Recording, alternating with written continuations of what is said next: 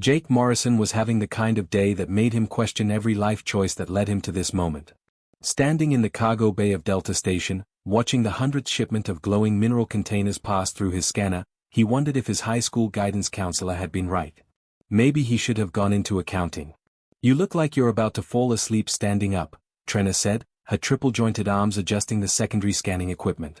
She was from a species that didn't really need sleep, which made her the worst person to complain to about long shifts. "I'm not falling asleep. I'm conserving energy," Jake shot back, taking another sip of his coffee. It was his fourth cup, and it had stopped working 3 cups ago. Trina made a clicking sound that her species used for laughing. "Well, save some energy. We've got the royal delegation coming through in an hour. They're going to make everything 10 times more complicated." Jake groaned. He'd heard about this.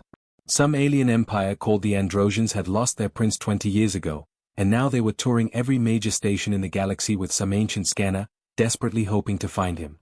It was sad, really, but it also meant extra security protocols, delayed shipments, and probably another 3 hours added to his shift. "What are they even scanning for?" Jake asked, running another container through his machine. "A birthmark or something," Trina said, clearly as uninterested as he was. "It's genetic, coded into the royal family's DNA. The scanner reads it and confirms identity. They've been doing this for 2 decades, hitting every world with a decent population. Haven't found anything yet." "That's depressing," Jake muttered. "Imagine looking for someone for 20 years and coming up empty every single time. Imagine being the guy who has to scan thousands of people a day for those 20 years, Trina counted. "At least we just check cargo." The next hour crawled by like a wounded snail. Jake processed 17 more shipments, dealt with 2 customs disputes, and seriously considered the benefits of faking a medical emergency just to break up the monotony.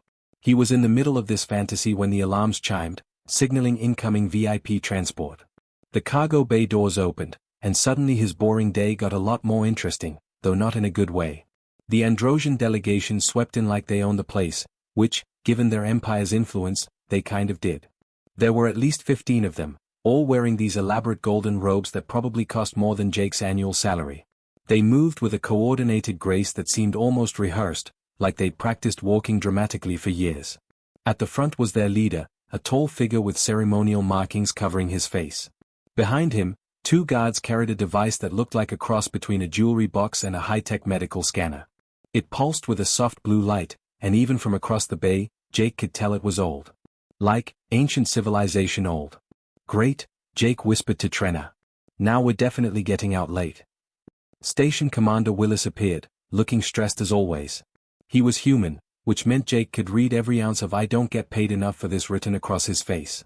Willis started the formal greetings, welcoming the delegation with all the proper diplomatic phrases that meant absolutely nothing.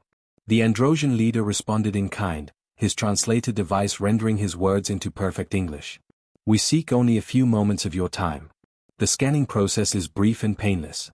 We ask only that your station personnel submit to the device, so that we might eliminate all possibilities in our sacred search."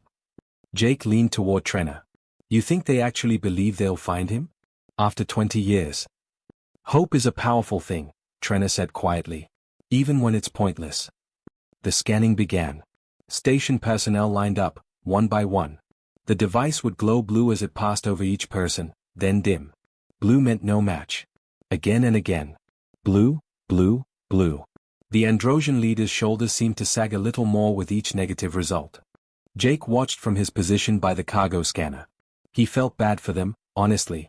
This was their whole mission, their purpose, and they were failing at it every single day. It was like watching someone check a mailbox they knew would be empty but couldn't stop themselves from checking anyway. "Morrison," Commander Willis called. "You're up." Jake sighed and walked over. As he approached, he caught Trina's eye and made a silly face. She clicked in amusement. Jake never could resist a chance to lighten the mood. Standing before the delegation, Jake felt the weight of their expectation, their hope, their desperate need for this to mean something. And in that moment, his mouth made a decision his brain hadn't approved. "Hey, maybe I'm your lost prince," Jake said with a grin, gesturing dramatically at himself. "Wouldn't that be something? Random cargo inspector from Houston turns out to be alien royalty. That'd be just my luck." Trina snorted. Commander Willis looked mortified. The Androsian guards didn't react at all. But the leader tilted his head, studying Jake with an intensity that suddenly made the joke feel less funny. "You jest," the leader said slowly. "Yeah, I mean, obviously," Jake said, suddenly aware that maybe this wasn't the crowd for humor. "It's just, funny to think about." "Humor is a luxury of certainty," the leader replied. "We have had little of either. But your words, jest or not, invoke the protocols. If you volunteer yourself, we must scan you. To do otherwise would be to fail our sacred duty." Jake blinked. "Wait, seriously? I was just kidding around." "Nevertheless, we must scan you now. To eliminate all possibilities, as you say." Commander Willis shot Jake a look that clearly said, "Why do you do this to yourself?" but nodded. The guard stepped forward with the device, and Jake found himself regretting every decision that led to this moment. "All right, fine," Jake said, holding out his arm like he was giving blood. "Scan away. But when it comes up negative, we're all going to pretend this didn't happen, right?" The device moved closer. Its blue light intensified, sweeping over Jake's forearm where his birthmark sat, a small irregular shape he'd had since birth. His adopted parents had always said it looked like a broken star. The light touched his skin. And everything changed. The device erupted in golden light, so bright Jake had to close his eyes. Alarms screamed through the cargo bay, a sound like reality itself was protesting. The Androsian guard stumbled backward. Their leader froze, his face shifting through emotions Jake couldn't even name. When Jake opened his eyes, every single Androsian in the bay was on their knees. "What the hell?" Jake whispered. The device was still glowing, pulsing with golden light that seemed to respond to his heartbeat. The leader's hands were shaking as he looked up at Jake, and when he spoke, his voice carried a weight that made the air feel heavy. "Prince Kale. After 20 years of searching, you have been found." Jake's coffee cup slipped from his hand and shattered on the floor. This couldn't be happening. This was impossible. He was Jake Morrison from Houston, Texas.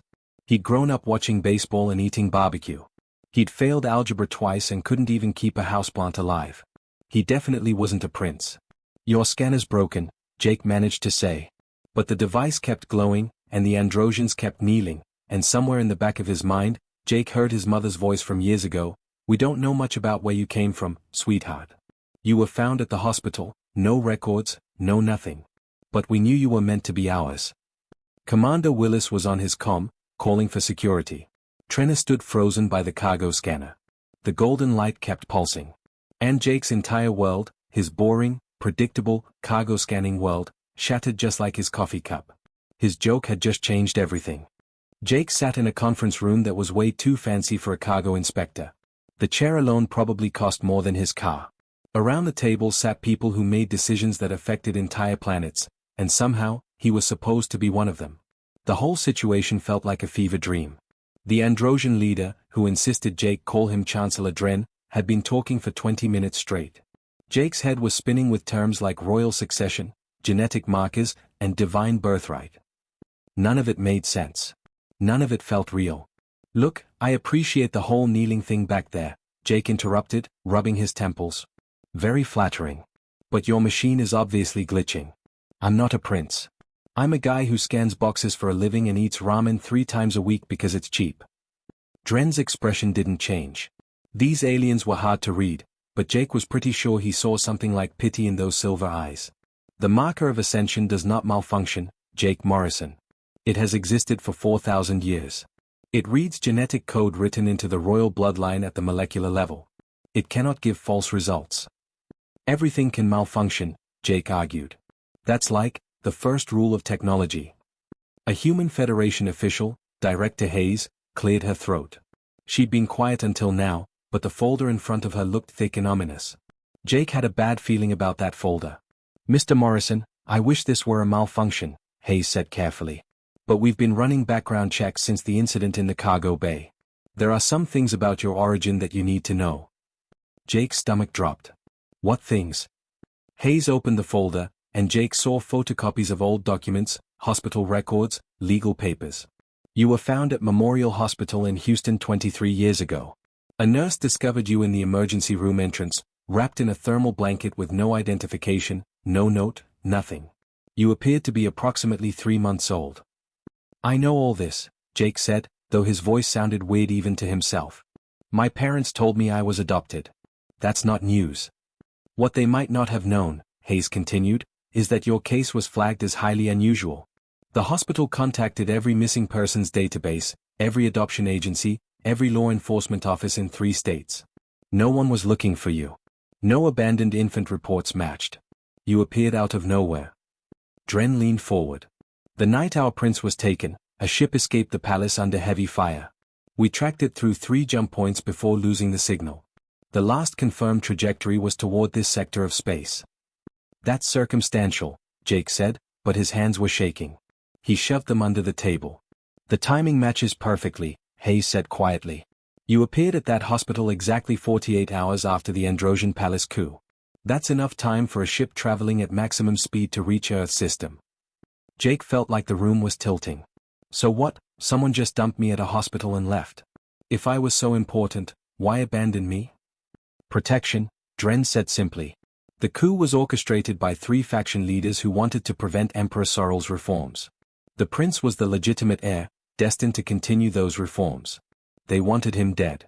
Someone loyal to the emperor must have smuggled you away, hidden you where no Androsian would think to look. A human hospital on a backwater planet, Jake muttered. Great hiding spot, I guess. Chancellor Dren pulled out a datapad and projected an image into the air. It showed a baby with the same irregular birthmark on his arm. The same broken star shape. Below it was text in a flowing alien script. This is from the Royal Birth Registry, Dren explained. Prince Kale, 3rd son of Emperor Sorrel, born under the double moons. Marked at birth with the sign of the scattered constellation. He pointed to the birthmark.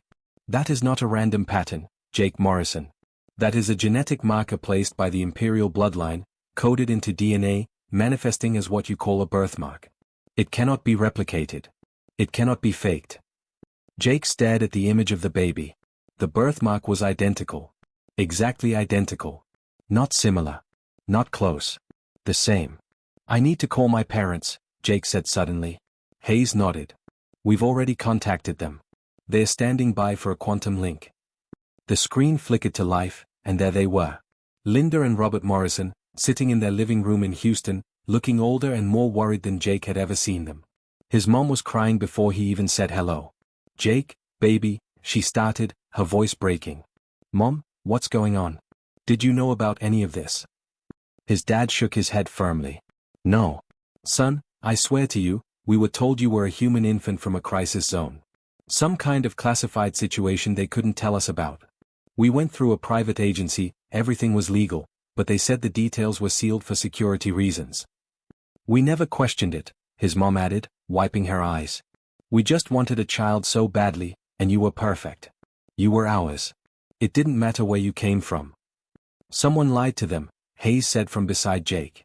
The adoption was processed through channels that have since been investigated and shut down for irregularities.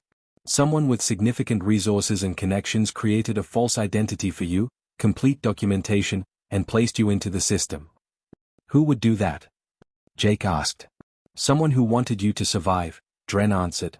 Someone who believed that the Prince of Andros raised as a human might be exactly what the Empire needed. Jake's dad leaned closer to the camera. Jake, listen to me.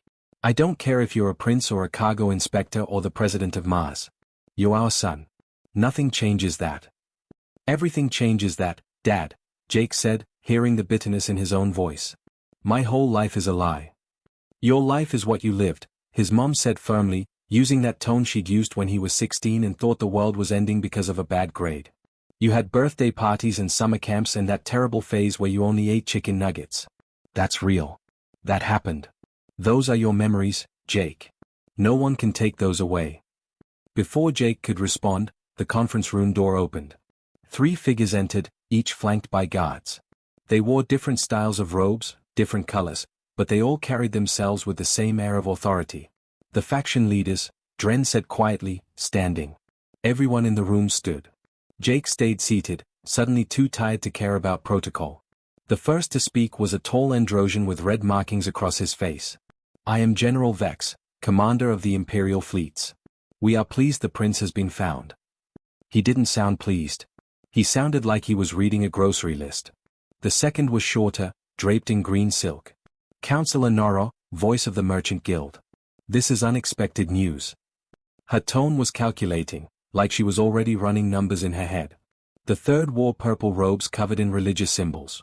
High Priestess Mora, keeper of the sacred texts. The gods have truly blessed us this day. She sounded sincere, but there was something sharp in her eyes. Jake looked at them, then at Chancellor Dren, and saw something that made his blood run cold. Dren's expression had gone carefully neutral, but his hands were clenched behind his back. These three people scared the Chancellor. That was bad.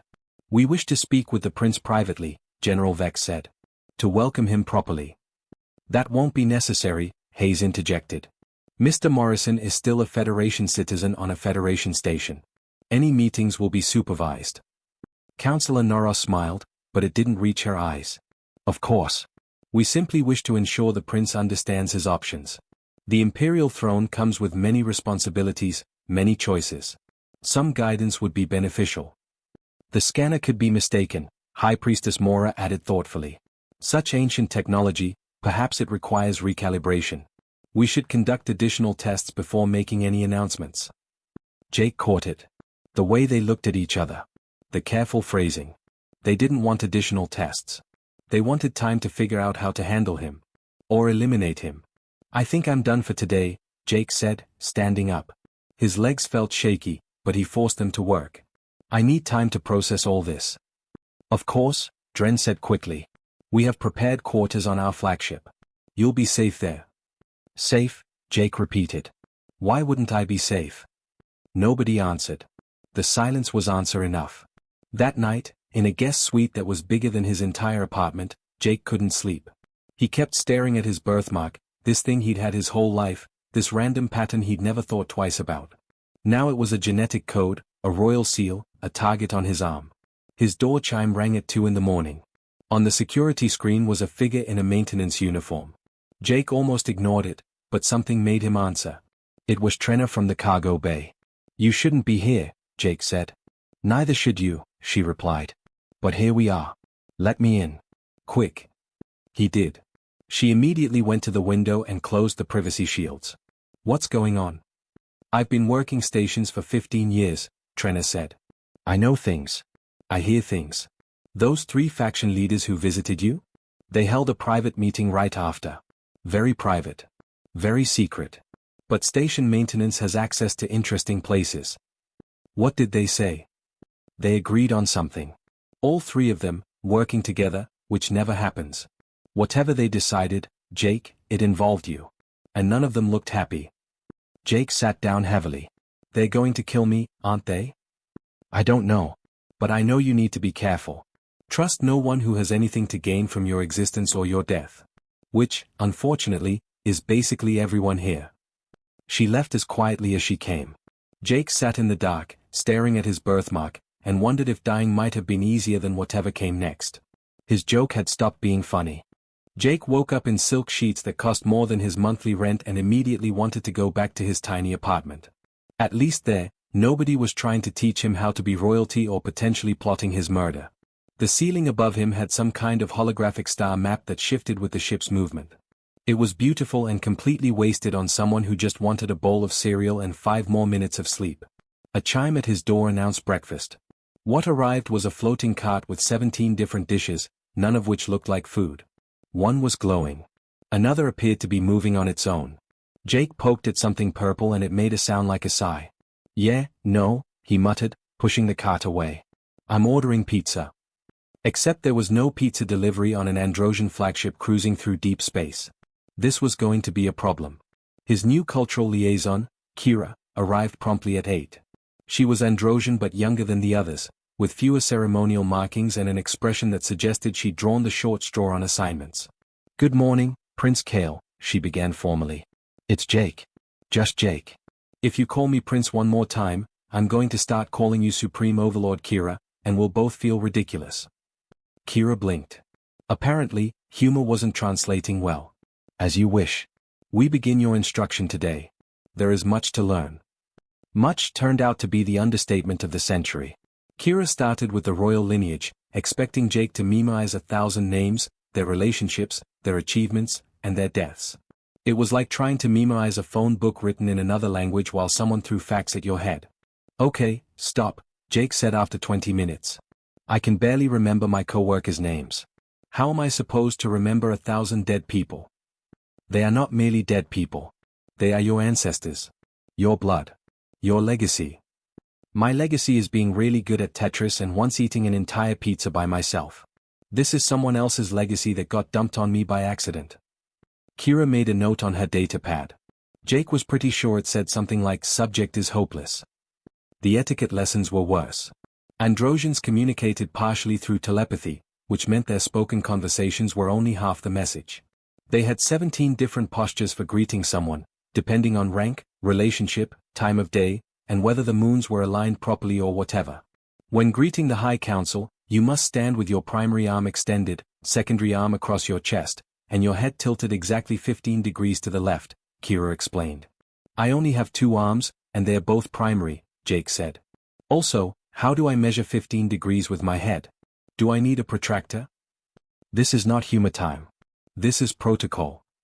Everything's humor time when you're trying not to have a breakdown, Jake shot back. They tried teaching him the formal dining ritual next.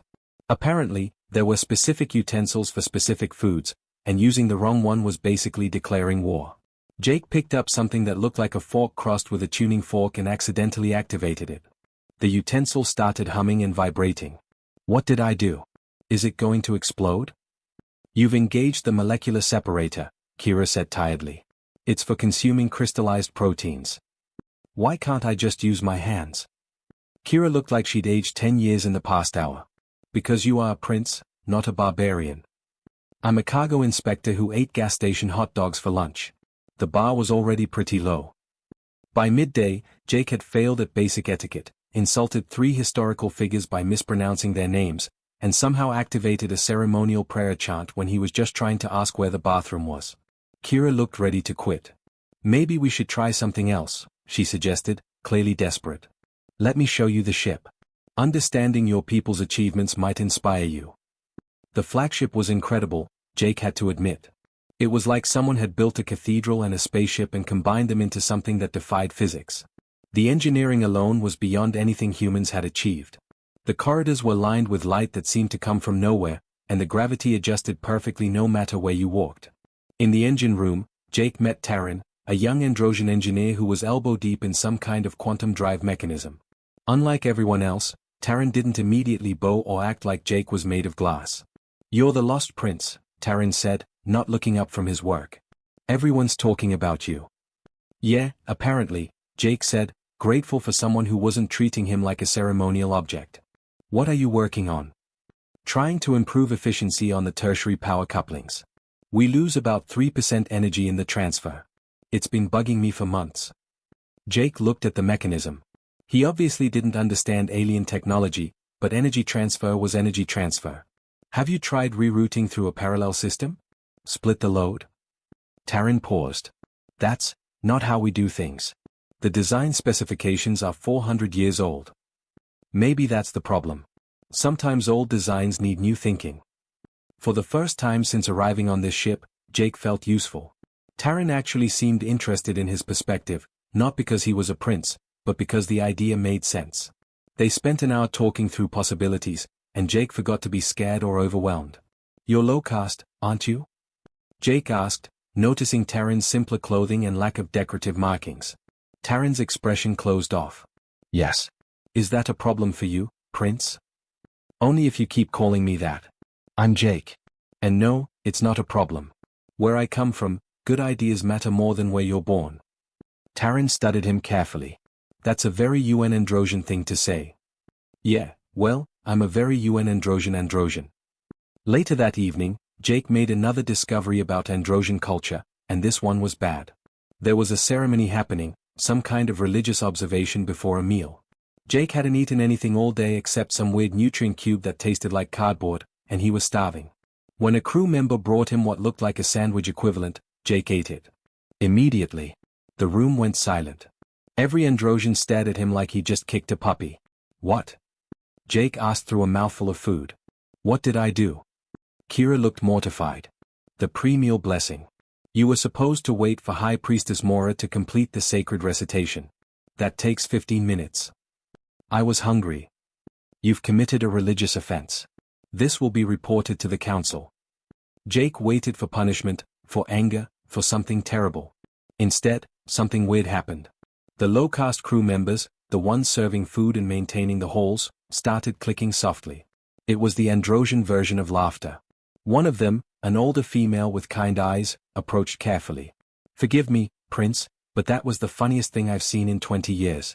The look on the High Priestess's face." Others nodded, trying to hide their amusement. The rigid protocol, the suffocating rules, the endless ceremonies, they were tired of it too. Jake's complete failure to follow tradition was somehow refreshing to them. The next day, Jake was summoned to meet with the faction leaders again. General Vex, Counselor Noro, and High Priestess Mora sat in a semicircle like judges at a trial. Chancellor Dren stood to the side, his expression carefully neutral. "Your behavior has been noted," General Vex began. "Your inability to follow basic protocol, your disrespect for tradition, your common associations." "I ate a sandwich at the wrong time," Jake said. "And I talked to an engineer. These are not war crimes." "They demonstrate your unfitness for rule," High Priestess Mora added smoothly. "The sacred position of Emperor requires discipline, knowledge, devotion to the old ways. You possess none of these qualities." Counselor Nora leaned forward. "We are not unsympathetic to your situation. You were raised in ignorance of your heritage. This is not your fault. Perhaps it would be best if you renounced your claim. We could arrange a comfortable life for you, ensure your safety, and allow someone more suited to guide the Empire." Jake looked at all three of them. They were being so reasonable, so kind, so concerned for his well-being. And every word was a lie. They didn't want him to renounce his claim for his own good. They wanted him gone because he was a threat to their power. "Who would you put on the throne?" Jake asked. "If I stepped aside, who takes over?" The three faction leaders exchanged glances. None of them answered. "That's what I thought," Jake said. "You can't agree on that, can you? That's why you wanted the prince to stay lost. As long as there's no heir, you three get to share power and nobody has to give it up." General Vex's expression hardened. "You are inexperienced and naive. You understand nothing of imperial politics." "Maybe not. But I understand people who want to keep their jobs more than they want to do their jobs. We have those where I come from too." That night, Taryn appeared at Jake's quarters looking nervous. "I shouldn't be here. If anyone sees me talking to you privately, I could be demoted or worse." "Then why risk it?" "Because you asked me about my work. You treated me like a person. Nobody above my caste does that." Taryn pulled out a data chip. The Royal Computer Archives were purged the night of the coup. Every record of what happened, who was involved, all of it erased. But erasure leaves traces. I've been reconstructing fragments for years. I thought you should see this. Jake loaded the chip. What he saw made his blood run cold. Financial transfers between the three faction leaders in the days before the coup. Encrypted communications. Meeting logs that had been deleted but not thoroughly enough. General Vex, Counselor Noro, and High Priestess Mora hadn't just benefited from the coup. They'd orchestrated it together. They'd stolen the prince, tried to kill him, and divided the empire between themselves. "They've been working together for 20 years, Jake whispered. "And now you're back," Taryn said. "You're the one thing they couldn't plan for. The one thing that threatens everything they built." Jake looked at his reflection in the darkened window. He saw a cargo inspector from Houston who was way out of his depth. But he also saw something else. Three powerful people had just shown him their hand. They'd revealed their weakness. They couldn't agree on what to do with him. They were united in wanting him gone, but divided on how to make it happen. That division was an opening. Jake didn't know how to be a prince. He didn't know protocol or lineage or proper fork usage.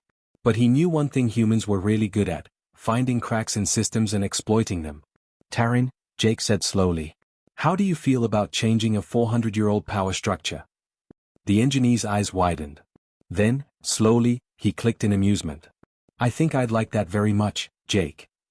Jake spent the next 3 days pretending to be a confused, helpless human while secretly planning something that would either save the Androsian Empire or get him killed. Possibly both. The problem was Kira.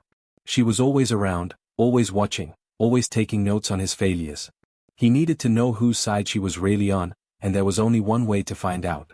It was risky, but everything about this situation was risky. "Kira, I need to ask you something," Jake said during their morning session, which he'd spent badly pronouncing historical dates. "And I need you to be honest with me." She looked up from her datapad, cautious. I am always honest, Prince. Jake. And no, you're not. You're diplomatic, which is different. Here's what I want to know, do you actually think I can do this? Be a prince, rule an empire, all of it? Or are you just babysitting me until the faction leaders figure out how to get rid of me permanently? Kira's expression flickered. For the first time, Jake saw something real behind the professional mask. She was quiet for a long moment. Can I speak freely? She finally asked. I wish you would. She set down her datapad. You are terrible at being Androsian. Your etiquette is non-existent, your knowledge of our culture is embarrassing, and you treat sacred traditions like inconvenient suggestions. By every traditional measure, you are completely unfit to rule. Wow, don't hold back, Jake muttered. But, Kira continued, I have been studying human history as part of my preparation for this assignment. Your species has a pattern. You adapt. You innovate. You take impossible situations and find solutions nobody else would consider. The faction leaders see your human nature as a weakness. I am beginning to think it might be your greatest strength. Jake studied her carefully. You're not just a cultural liaison, are you? I am Imperial Intelligence, Kira admitted. I was assigned to evaluate whether you are genuine or an imposter, and whether you pose a threat or an opportunity to the Empire. And what's your evaluation? You are genuine, untrained, and about to be killed if you do not do something drastic very soon. Jake let out a breath he didn't know he'd been holding. Okay. Good. Because I need your help with something insane. He showed her Taryn's data chip, the evidence of the conspiracy. Kira's face went through several emotions as she reviewed it, finally settling on grim determination. This proves what many of us suspected but could never confirm. The coup was not a spontaneous uprising. It was orchestrated by the three most powerful people in the Empire. She looked at Jake. What do you intend to do with this information? Something no Androsian would ever consider, Jake said. I'm going to go public. Kira blinked. Public? You mean announce this to the council? No, I mean announce it to everyone. Every Androsian citizen, every world, every station.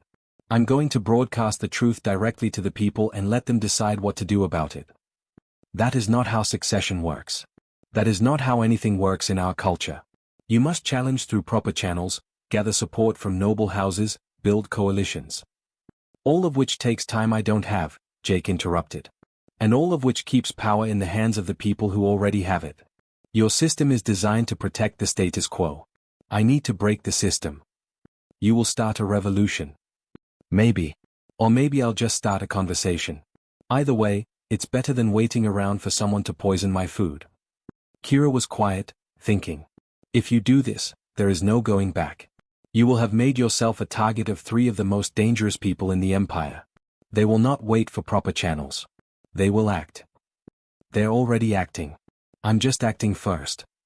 You will need help. Broadcasting on this scale requires access to the Imperial Communication Network. That is heavily guarded and encrypted. Jake grinned. Good thing I know an engineer who's really good with systems. That night, Jake, Kira, and Taryn met in a maintenance corridor deep in the ship. Taryn had brought schematics of the communication system, and they looked complicated enough to give Jake a headache. The Imperial Broadcast Network reaches every Androsian world simultaneously, Taryn explained, highlighting sections of the schematic. It is used only for official announcements from the Emperor or Council. To access it without authorization is a capital offense. How long would we have before they shut us down? Jake asked. 5 minutes, maybe 6 if we are lucky. They would need time to realize what is happening, trace the source, and execute the shutdown protocols. 5 minutes to change an empire, Jake said. No pressure. Over the next 2 days, they prepared. Taryn worked on creating a backdoor into the communication system. Kira helped Jake craft his message, translating human concepts into terms Androsians might understand. Jake practiced his speech, trying to sound confident instead of terrified. The plan was to broadcast during the Festival of Ascension, a major holiday when most of the Empire would be gathered for communal viewing. Maximum audience, maximum impact. The night before the broadcast, General Vex summoned Jake to a private meeting. No guards, no witnesses, just the two of them in a sterile conference room. Jake went, wearing a recording device Kira had given him. You have been here a week, Vex said, his voice like gravel. You have learned nothing, improved nothing. You embarrass the crown with your ignorance. Good thing I'm not actually wearing a crown then, Jake replied. The council has discussed your situation extensively. We believe it is in everyone's best interest if you return to your human life. We would provide substantial compensation, of course. Enough wealth that you and your family would want for nothing. You're trying to bribe me to disappear. I am offering you a way out of a situation you are not equipped to handle. You are human. You will never truly be one of us. Why suffer through years of struggle when you could live comfortably doing what you actually enjoy? It was a good offer, honestly. Jake could go back to scanning cargo, eating pizza, living a normal life. No assassination attempts, no political nightmares, no pressure to be something he wasn't. What happens to the Empire if I leave? Jake asked. The council will manage, as we have for 20 years. Stability will be maintained. Your stability. Your power. Your control over people who don't get a say in how they are ruled. Vex's expression hardened. You understand nothing of leadership. Nothing of sacrifice. You are a child playing in matters beyond your comprehension. Maybe, Jake said. But I understand when someone's trying to protect their territory instead of their people. And I'm pretty good at recognizing bullies. We have those on Earth too. Vex stood, towering over Jake. You are making a mistake. I am giving you one chance to walk away. If you remain, if you continue this foolish path, you will not receive another warning. Is that a threat? It is a fact. Jake stood too, meeting Vex's eyes. His heart was hammering, but he kept his voice steady. Then I guess I'll see you at the festival tomorrow. He walked out, half expecting to be grabbed or stunned or shot in the back. Nothing happened. But Jake knew the game had changed. Vex wasn't offering anymore. He was preparing. The Festival of Ascension arrived with all the pageantry Androsians loved. Millions gathered in public spaces across the Empire to watch the ceremonial broadcasts. The faction leaders were scheduled to address the people, each giving traditional speeches about duty and honor. Jake, Taryn, and Kira waited in a sealed maintenance room with a direct line to the communication hub. Taryn's fingers flew across holographic interfaces, bypassing security protocols one by one. We have a problem, Taryn said suddenly. There is an unexpected security sweep happening. Someone must have suspected something. Can you still get us access? Jake asked. Yes, but the window is smaller. You will have 3 minutes at most. Then let's make them count. Taryn entered the final commands. Across the entire Androsian Empire, screens flickered. The expected ceremonial broadcast cut out, replaced by Jake's face. He looked tired, underdressed, and completely out of place. Perfect. Hi, Jake began, keeping his tone conversational. I'm Jake Morrison, and apparently I'm your missing prince. I know this is interrupting your festival, and I apologize, but what I have to say can't wait. Somewhere in the ship, alarms were probably going off. Security was scrambling. The faction leaders were losing their minds. Jake had 3 minutes. I didn't ask to be your prince. I was raised human, and honestly, I'm not very good at being Androsian. I can't remember your lineages, I mess up your rituals, and I definitely can't use those weird forks at dinner. But I've learned something important this past week. He held up the data chip. Your empire wasn't taken from you by a random coup. It was stolen by the 3 people who claimed to protect it. General Vex, Counselor Noro, and High Priestess Mora planned the attack on the royal family together. They deleted the evidence. They divided the power among themselves. And they've been lying to you for 20 years. Jake played clips from the data, showing the communications, the financial transfers, the proof. It was all there, undeniable. I don't know if I'm the right person to lead you. Honestly, I probably isn't. But I know that you deserve leaders who actually serve you, not themselves. You deserve to have a say in your own future. Where I come from, we call that democracy. Maybe it's time your empire tried it. Taryn made a cutting gesture. Security had locked onto their location. The people who stole your empire are going to try to silence this message, Jake said quickly. They're going to say I'm lying, that I'm corrupted, that I'm unfit. Maybe they're right about some of that. But the evidence is real, and now you've seen it. What you do with that information is up to you. I'm not your savior. I'm just a guy who thinks you deserve better. The screen went black. Guards were pounding on the door. We need to move, Kira said urgently. Now. They ran through maintenance corridors, Taryn leading them through paths only engineers knew. Behind them, the sound of pursuit grew louder. They emerged in a cargo bay where a small ship waited, engine already running. Whose ship is that? Jake panted. Mine, said Trenna, appearing from the cockpit. You really thought I wasn't going to help? Get in. They launched just as security arrived, breaking through the flagship's cargo doors and into open space. Behind them, the Androsian fleet was in chaos, unable to decide whether to pursue or deal with the crisis Jake had just created. Where are we going? Jake asked. Somewhere they won't expect, Trenna said. While we wait to see if your crazy plan actually worked. Jake looked back at the flagship, at the empire he just turned upside down with 3 minutes of truth. Yeah, he muttered. Let's hope it worked. Otherwise I just committed suicide in front of billions of witnesses. Trenna's ship was built for cargo runs, not comfort. Jake sat on a metal crate, watching the stars blur past through a scratched viewport, while the fate of an entire empire hung in the balance. His hands wouldn't stop shaking. The adrenaline was wearing off, replaced by the terrifying realization of what he'd just done. Any response yet? He asked Kira, who was monitoring communication channels on a handheld device. The network is exploding, she said, her eyes wide. I have never seen anything like this. Millions of messages per second. The Imperial servers are overloading. Is that good or bad? I do not know. People are talking, debating, demanding answers. Some are calling you a hero. Others say you are a liar and a human infiltrator. The Council has issued a statement denying everything, but nobody seems to believe them anymore. Taran looked up from his own console. There are reports of protests on 7 major worlds. Low-caste workers are walking off their jobs. Some military units are refusing orders. Jake, I think you actually did it. You started a revolution. I just wanted people to know the truth, Jake said quietly. I didn't mean to break everything. Sometimes the truth breaks things that needed breaking, Trenna said from the pilot seat. Question is, what do you do now? You can't hide forever. Before Jake could answer, a priority message came through. Kira's expression went pale. It is from Emperor Sorrel. He is requesting to speak with you directly. Private channel, no intermediaries. Jake's stomach dropped. The dying emperor, the man whose son he supposedly was, wanted to talk. Can we trust it? Could be a trap. The encryption is Imperial level authentic. If this is a trap, it involves the Emperor himself. Well, Jake said, trying to sound braver than he felt, guess we find out. Kira established the connection. The holographic image that appeared was of an old Androsian, his face marked with age and illness, but his eyes were sharp and intelligent. Emperor Sorrel looked at Jake with an expression that was hard to read. Jake Morrison, the Emperor said, his voice weak but clear. Or should I say, Prince Kale? Jake's fine, sir. Your Majesty. Whatever's appropriate. I'm still figuring out the titles thing.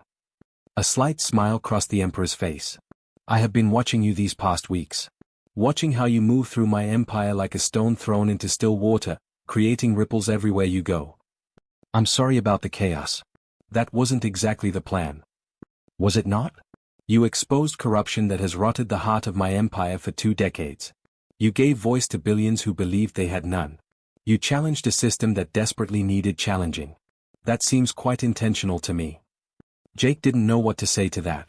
The Emperor continued, I need to tell you something about the marker of ascension, the device that identified you.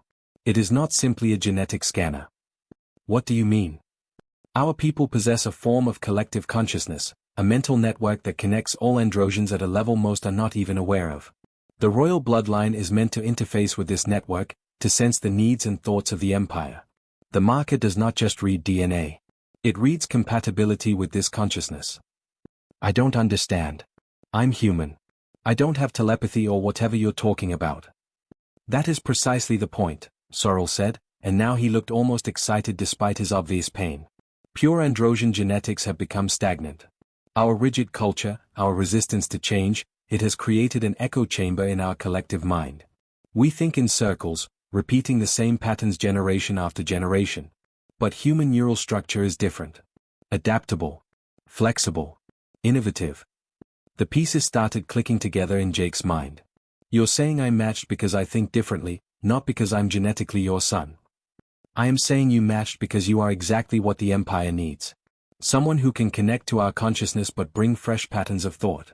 Someone raised outside our system, who sees our flaws clearly. Someone who questions everything we take for granted. So I'm not actually your son? Jake felt a weird mix of relief and disappointment. Sorrel's expression softened. The infant who was stolen from me died 23 years ago. I have mourned him every day since. You are not him, Jake Morrison. But you carry the potential he would have carried. You are the heir not by blood, but by purpose. Why didn't anyone tell me this? Because the faction leaders did not know. They believed only in genetic lineage, as most Androsians do. They feared you because they thought you were my blood son returning to claim what they stole. They never understood that the marker identifies something far more important than genetics. It identifies leaders. I'm not a leader. I'm a cargo inspector who makes jokes at the wrong time. You are a human who, in less than 2 weeks, accomplished what I could not in 40 years of rule. You made my people question their government. You gave them hope for change. You proved that leadership is not about following ancient protocols. It is about having the courage to do what is right, even when it terrifies you. Jake sat in silence, processing this. His entire identity crisis had been based on thinking he was someone's lost son. Now he was learning he was something else entirely, a random human who happened to be compatible with an alien empire's collective consciousness. Somehow, that was even weirder. What do I do now? Jake asked. General Vex is probably planning to kill me. Half the empire thinks I'm a liar. I can't go back. You can, and you must, Sorrel said firmly. I am dying, Jake. I have perhaps days remaining. The empire will face a succession crisis, and the faction leaders will move to seize complete control. Unless you stop them. How? I don't have an army. I don't have political allies. I barely have pants that fit Androsian fashion. You have something more powerful. You have the people's attention. You have disrupted the pattern. Now you must offer them a new one. Another message alert interrupted them. This one made Taryn gasp. Jake, you need to see this. It is General Vex. The new hologram showed Vex in full military regalia, standing before a fleet of warships. He looked directly at the camera with cold fury. The human calling himself Prince has committed treason, heresy, and terrorism. He has destabilized our empire with lies and human corruption. As commander of the Imperial fleet, I am invoking emergency protocols. I am assuming control of the government to restore order. Any who resist will be treated as enemies of the empire. It was a coup. Right there, broadcast for everyone to see. Vex had given up on subtlety. He is moving his fleet toward the capital world, Kira reported. He will arrive in 6 hours. If he takes control of the central government complex, he effectively controls the empire. Jake stood up, his mind racing. This was it. The moment everything either fell apart or came together. He thought about his parents in Houston, worried sick about him. He thought about his apartment and his boring job and his simple life. He could still run. Get Trenna to drop him at a human colony and disappear. But then he thought about Taryn, brilliant and kind despite being treated as lesser his entire life. He thought about the low-caste workers who had laughed when he broke protocol. He thought about billions of Androsians who had never been given a choice in how they were ruled. Trenna, can this ship make it to the capital world before Vex? Jake asked. Are you insane? That's exactly where he wants you. He will blow us out of space the moment we approach. Not if we're broadcasting. Not if everyone's watching. Kira, can you get me back on the Imperial network? After that last stunt, they have tripled security. It would take hours to bypass. Then we do it the old-fashioned way, Jake said, pulling out his personal comm device. We stream it on public networks. Anyone with a receiver can watch. Not as fancy, but it'll spread. What are you planning? Emperor Sorrel asked, and Jake could see approval in the old ruler's eyes. Something incredibly stupid that might just work. I'm going to challenge Vex to a debate. Everyone stared at him. A debate? Taryn repeated. You want to debate the most powerful military commander in the empire?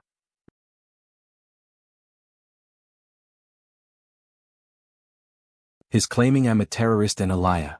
His saying he needs to take control to save the empire from me. Okay, fine. Let's talk about it. In public. Let the people hear both sides and decide for themselves. If he's so confident he's right, he shouldn't have a problem with that. He will never agree, Kira said. He has to. If he refuses, he looks afraid. He looks like he has something to hide. I'm betting his ego won't let him back down from a challenge, especially not from a human he thinks is inferior.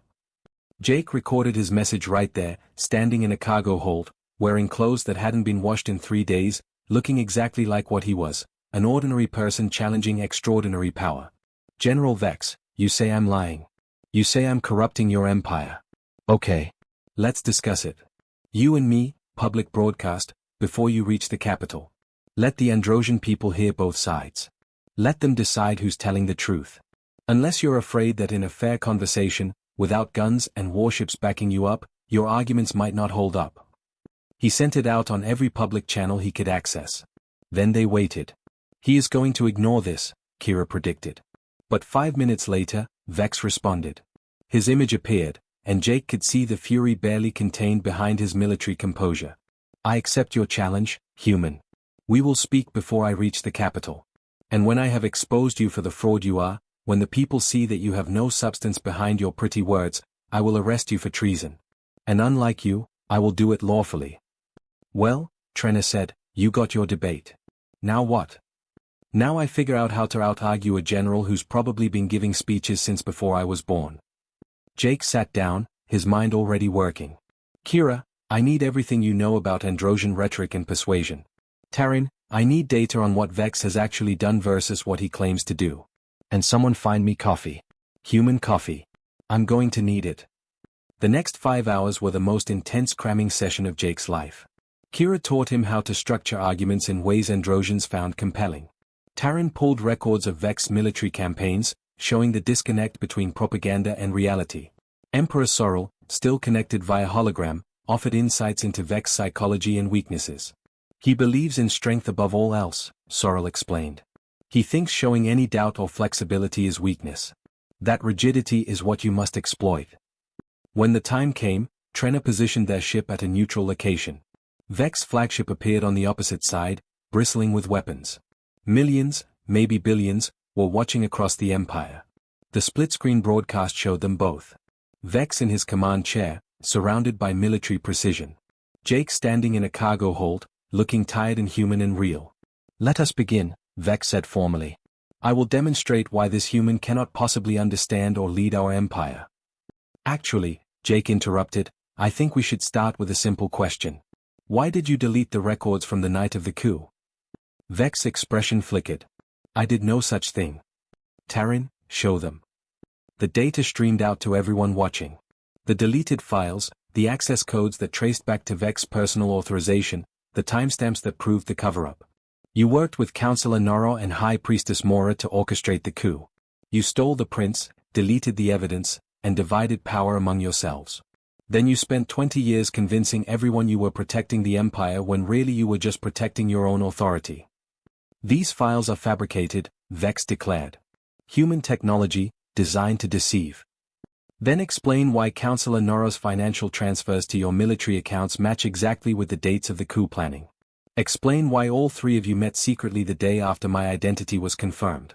Explain why you're launching a coup right now, the exact same way you did 20 years ago, the moment someone threatens your control. Vex stood, his composure cracking. You know nothing of leadership. Nothing of the burden of command. I have kept this empire stable for 2 decades. Stable? Jake laughed, and it wasn't a polite laugh. You've kept it frozen.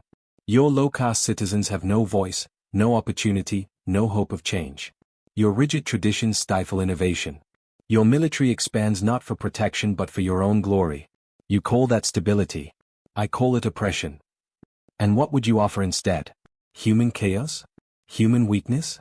Their systems fall into disorder, their worlds cannot even unify themselves, and you would bring that corruption to our empire. You're right, Jake said, and saw surprise flash across Vex's face. Humans are chaotic. We argue, we disagree, we change our minds. But you know what that chaos creates? Innovation. Adaptation. Progress. Your empire has been doing the same thing the same way for thousands of years. How's that working out? You're stagnant. You're scared of change. You're so terrified of losing control that you forgot you're supposed to be serving your people, not ruling them. The people need strong guidance. They need order. They need leaders who understand our traditions. Maybe what they need is a choice, Jake said quietly.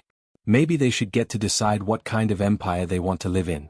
Crazy idea, I know. But where I come from, we believe people are smart enough to choose their own leaders. We believe in democracy, in representation, in accountability. You don't have to agree with me. But shouldn't the Androsian people get to decide that for themselves? Vex opened his mouth to respond, but alerts started flashing across his command deck. Kira, monitoring feeds, gasped. Jake, look at this. Ships were breaking formation. Vex's own fleet, the military he commanded, was falling apart. Captains were broadcasting their refusal to follow coup orders. Crew members were abandoning posts. On planets across the Empire, millions were marching in the streets, demanding change. You are losing control, General, Jake said softly. Not because I took it from you. Because your own people are taking it back. Vex's face went through rage, denial, and finally, something like fear. He cut the transmission. His flagship is retreating, Terran reported, disbelief in his voice. He is actually retreating. Jake sat down hard, his legs suddenly unable to hold him. Did that just work? You talked down a military coup with a speech in a cargo hold, Trenna said, shaking her head. Humans are absolutely insane. The next weeks were a blur. Emperor Sorrel peacefully abdicated, naming Jake as Emperor Regent with a clear mission: transition the Empire to a democratic system. The faction leaders faced trials. Vex accepted exile rather than execution. Noro agreed to help restructure the economy with actual representation. Mora stepped down from religious authority, accepting that faith and government needed separation. Jake worked with councils composed of all castes, drawing up constitutions, organizing elections, establishing checks and balances. He brought in human advisors to explain systems the Androsians had never considered. It was messy, chaotic, and imperfect. It was exactly what they needed.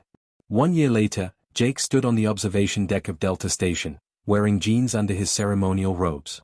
He'd just finished a cargo inspection shift, his way of staying grounded. Kira found him there, shaking her head.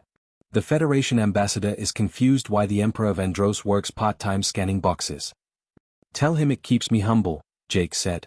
Plus, Trenna threatened to quit if I abandoned her completely. An alert came through. Another species had just activated an ancient succession device, claiming they'd found their lost heir. The human looked panicked on the screen. Jake grinned. Tell them I know a guy who's been through this. First piece of advice: when the scanner lights up, don't laugh it off. Second piece: being human isn't a weakness. It's exactly what broken systems need. He looked out at the stars, at the empire he hadn't asked for but had somehow helped transform. He was Jake Morrison from Houston, cargo inspector, accidental prince, and proof that sometimes the best leaders are the ones who never wanted to lead at all. Sometimes the best thing you can bring to an ancient empire is a fresh perspective and the courage to say, maybe we should try something different. And sometimes, that's enough to change everything.